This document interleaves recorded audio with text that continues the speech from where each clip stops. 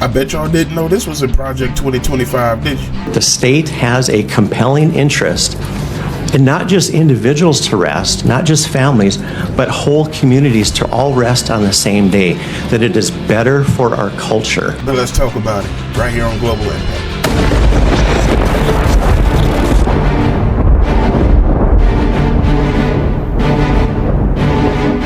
Welcome back to another episode on Global Impact. I'm your host, Jay Wills. Y'all remember about 2 weeks ago, I did a video on the Mark of the Beast. Do y'all remember this clip? A nation shall form an image to the Roman power.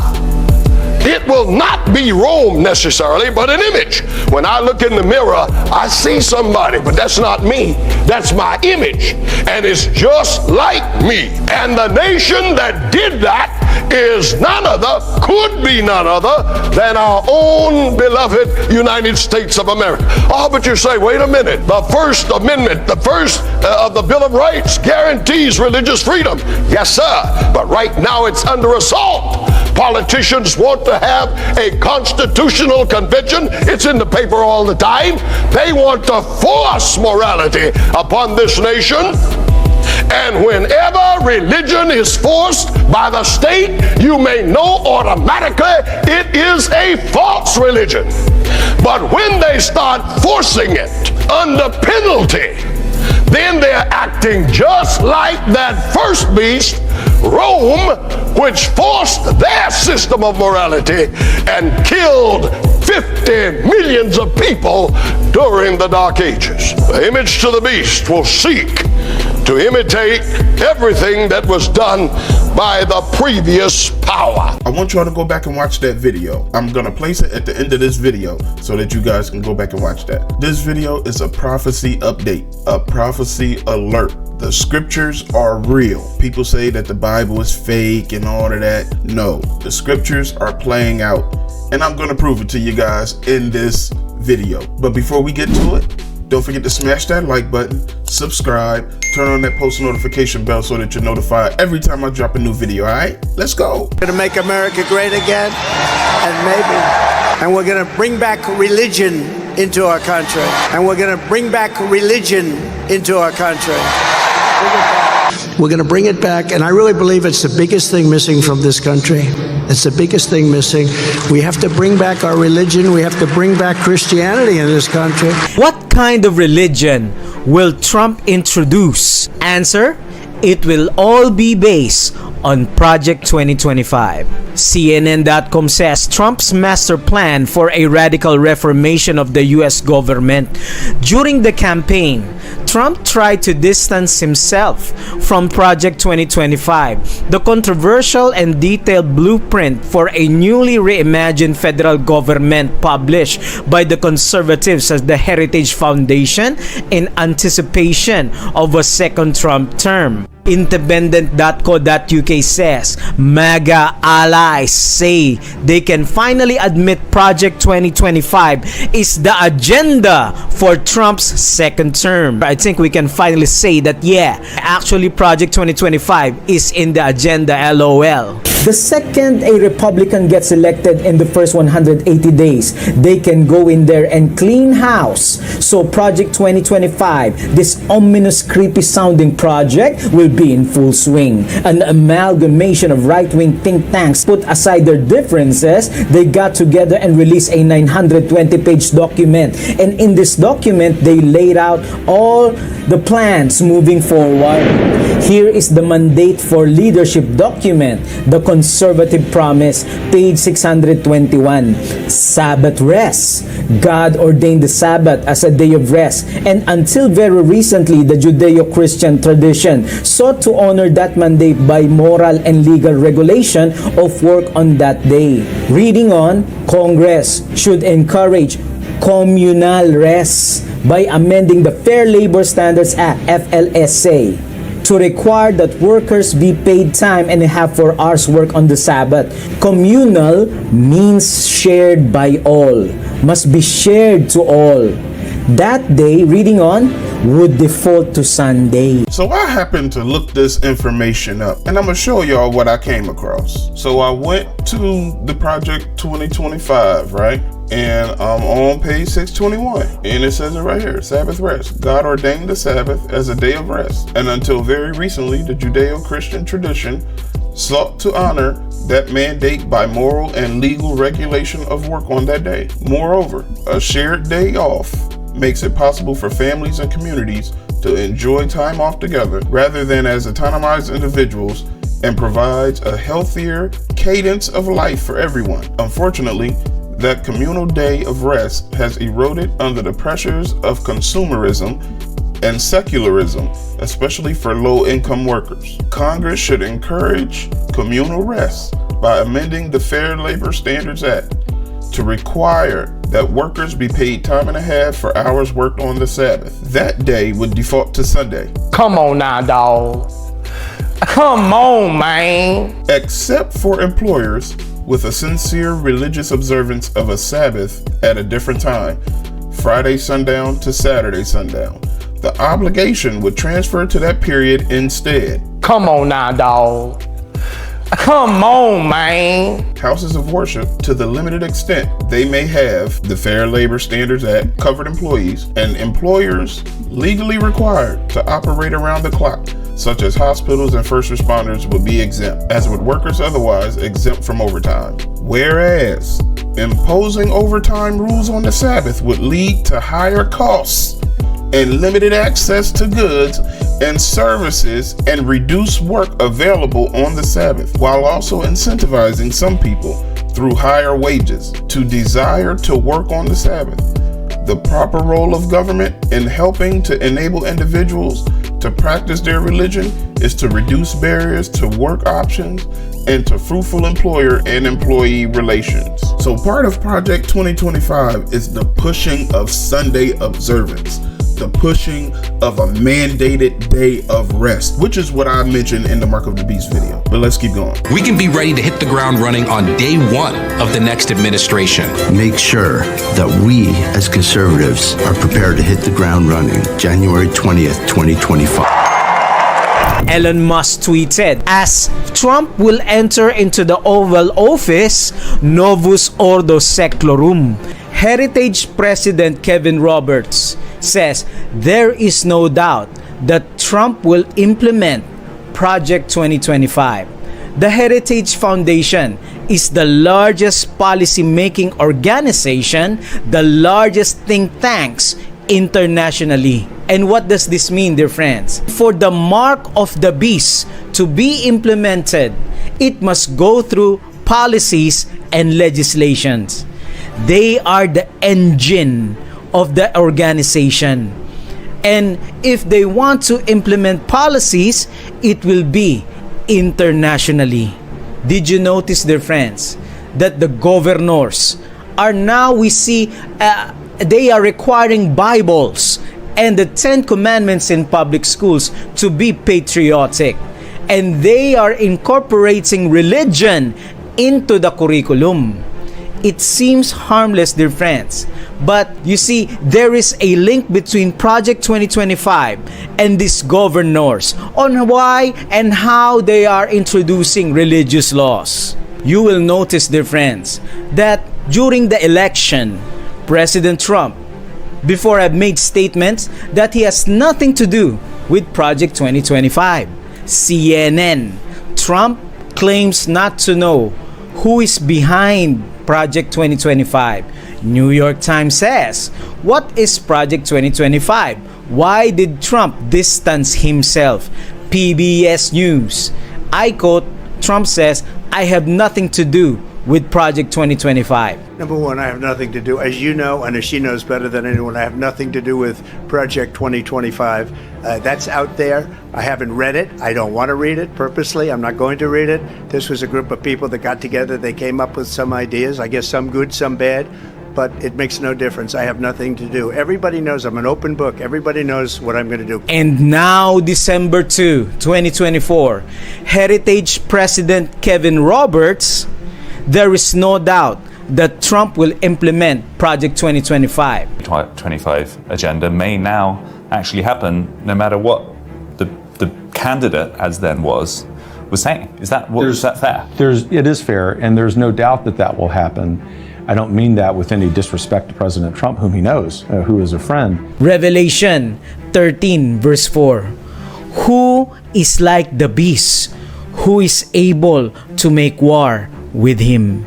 The influence of the coming Project 2025 is seen throughout United States. ValleyNews.com says, and the legislator considering bill that will bring back blue laws, January 14, 2025. House Bill 1150 is scheduled for a public hearing in the North Dakota House Industry, Business and Labor Committee on January 15. It seeks to reinstate Sunday morning closure laws, also known as blue laws. In North Dakota may be coming back if some legislators have their way. Valley News Team's Bobby Fallett joins us live in studio to break it down for us. The Bible told us this stuff was going to happen. And here it is playing out right in front of our faces, and we don't even see it. Stacey, Justin, a bill scheduled for a public hearing Wednesday morning is seeking to bring blue laws back to the state.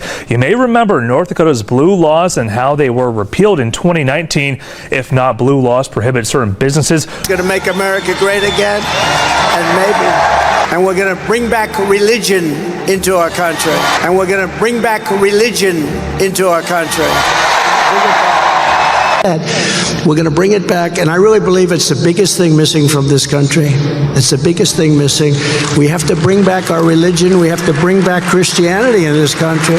And I begin to wonder, what kind of worship is Trump thinking about? What kind of religion will Trump introduce? Answer: it will all be based on Project 2025. Bill addressing previously repealed blue laws to be considered in North Dakota's House of Representatives again. North Dakota's blue laws were repealed in 2019, but a new bill going to the state's House of Representatives considers bringing blue laws back. Sunday laws, that is. Blue laws prohibit certain businesses from being open from midnight until noon of Sundays, which is considered the Sabbath in Christian religions. Another state has introduced Sunday laws. This follows a state representative introducing Sunday closing to the Utah State Legislature just last week. Both states have ties to Project 2025. Is this mere coincidence? Sunday laws are coming, whether you believe it or not. Eventually, you will have to choose. Will you obey the commandments of God and keep the Bible Sabbath, or the commandments of man, the counterfeit Sunday Sabbath? Of all, not just the founding fathers, but almost everybody during that time when they discussed the Sunday blue laws were in favor of them. And guess what? They're the ones that gave us our liberty. So if we're talking about liberty and freedom for business and freedom for people, why would those who actually gave us the liberty and defined it for us have been all in favor of the Sunday blue laws? The Supreme Court then in the 60s ruled 3 times. I don't have them with me, but you could probably find it. 3 times the Supreme Court ruled in favor of the Sunday blue laws in the 1960s. Why? Because of the rest, that the state has a compelling interest in not just individuals to rest, not just families, but whole communities to all rest on the same day, that it is better for our culture. It seems that the papacy, the Antichrist, wants to sign pacts, decrees, and agreements to push Laudato Si and Fratelli Tutti to all the nations of the world. On January 10, 2025, Vatican News announced that the Pontifical Commission for Latin America, PICAL, and Organizations of Il Vero, American States for Education, Science, and Culture, OEI, entered into a collaboration agreement in order to promote the Pope Building Bridges initiative.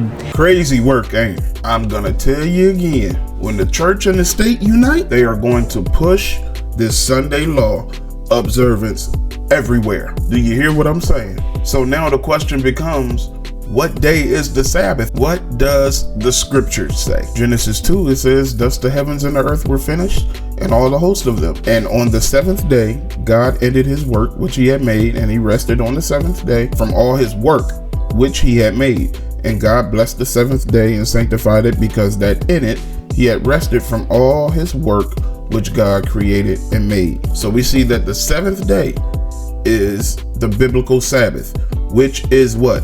Saturday. Keep in mind, Project 2025, while we're going through the scriptures. Keep in mind everything that I just showed you guys while we're going through the scriptures. All right. Exodus 28 through 11. Remember the Sabbath day to keep it holy. This is the only commandment within the 10 commandments in Exodus 20 that starts off with the word remember. Why?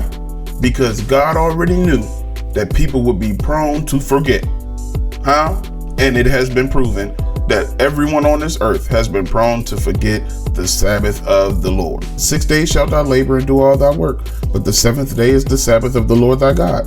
In it thou shalt not do any work, thou nor thy son nor thy daughter, manservant, maidservant, cattle, stranger that is in thy gates. Verse 11, for in 6 days the Lord made heaven and earth. He's pointing back to creation, the sea and all that is in them, and rested the seventh day, wherefore the Lord blessed the Sabbath day and hallowed it. So God rested and he blessed it. The same thing he did in Genesis 2. He only did this to the Sabbath. Isaiah 58:13. If thou turn away thy foot from the Sabbath, from doing thy pleasure on my holy day.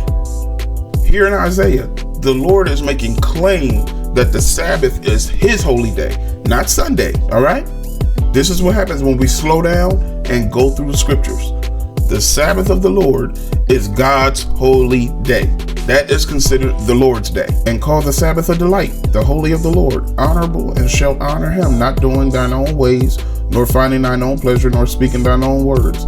Then shalt thou delight thyself in the Lord, and I will cause thee to ride upon the high places of the earth, and feed thee with the heritage of Jacob thy father, for the mouth of the Lord has spoken it. Ezekiel 20:12. Moreover also, I gave them my Sabbaths to be a sign between me and them. The Sabbath is a sign. Why? That they may know that I am the Lord that sanctified them.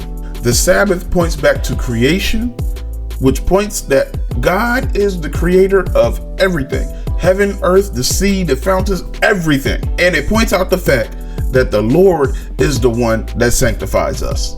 Isaiah 66:22. For as the new heavens and the new earth, which I will make, shall remain before me, saith the Lord, so shall your seed and your name remain. And it shall come to pass that from one new moon to another, and from one Sabbath to another, shall all flesh come to worship before me, says the Lord. So the whole saying, every day will be Sunday?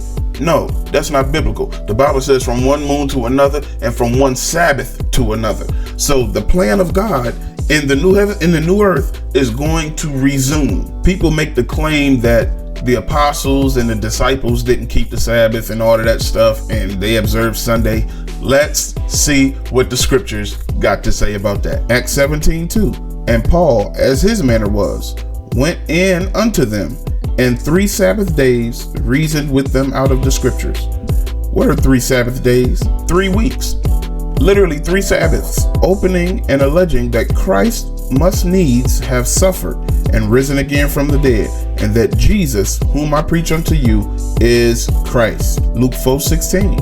And he came to Nazareth, where he had been brought up. Who? Jesus. And as his custom was, he went into the synagogue or church on the Sabbath day and stood up for to read. Jesus observed the Sabbath. Acts 13:14. But when they departed from Perga, they came to Antioch in Pisidia, and went into the synagogue or church on the Sabbath day and sat down.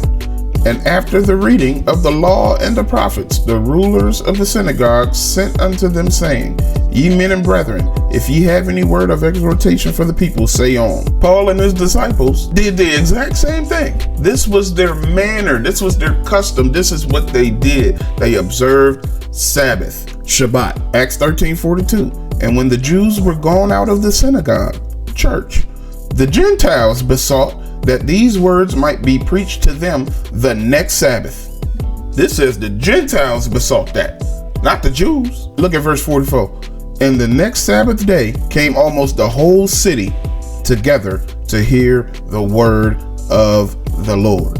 Acts 16:13. And on the Sabbath, we went out of the city by a riverside where prayer was wont to be made, and we sat down and spake unto the women which resorted thither. This was something that was always done, recognized, and remembered. We talk a lot about the early church, but we neglect the Sabbath of the Lord. Acts 18:3 and 4. And because he was of the same craft, he abode with them and wrought, for by their occupation they were tent makers. And he reasoned in the synagogue every Sabbath and persuaded the Jews and the Greeks. John 14:15. If ye love me, keep my commandments, and I will pray the Father, and he shall give you another comforter, that he may abide with you forever. Jesus said, if you love me, keep my commandments. What commandments? Exodus 20, there's 10 of them. Jesus said, I will know you because you keep my commandments, because you are obedient to me. Keeping them won't save you. You keep them because you are saved. Those that claim to be saved will obey the Lord. John 15:10.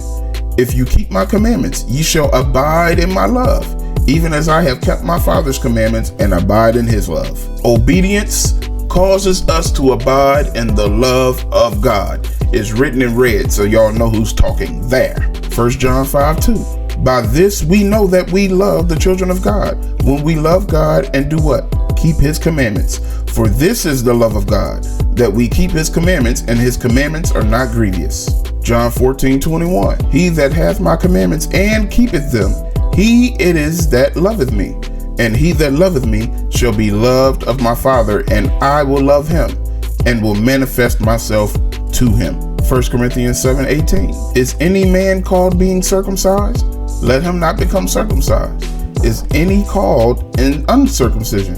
Let him not be circumcised. Circumcision is nothing, and uncircumcision is nothing, but the keeping of the commandments of God. 2 John 1:6. And this is love, that we walk after his commandments. This is the commandment, that as ye have heard from the beginning, ye should walk in it. Revelation 12:17. And the dragon, who's the dragon?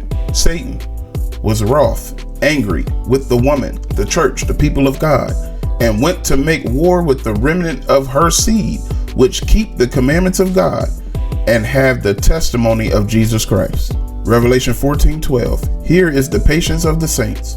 Here are they that keep the commandments of God and the faith of Jesus. If we claim that we love the Lord and that we are saved and that we are his children, we must obey his 10 commandment law. That is how we know we belong to God. The church and state are trying to come together so that they can push this 2025 mess out. And part of Project 2025 is the breaking of God's law, because they are pushing Sunday observance and they're trying to make it law. The Bible tells us that a nation will form an image to the beast and will cause others to follow after the beast and will cause it to receive its mark. The Bible real, y'all.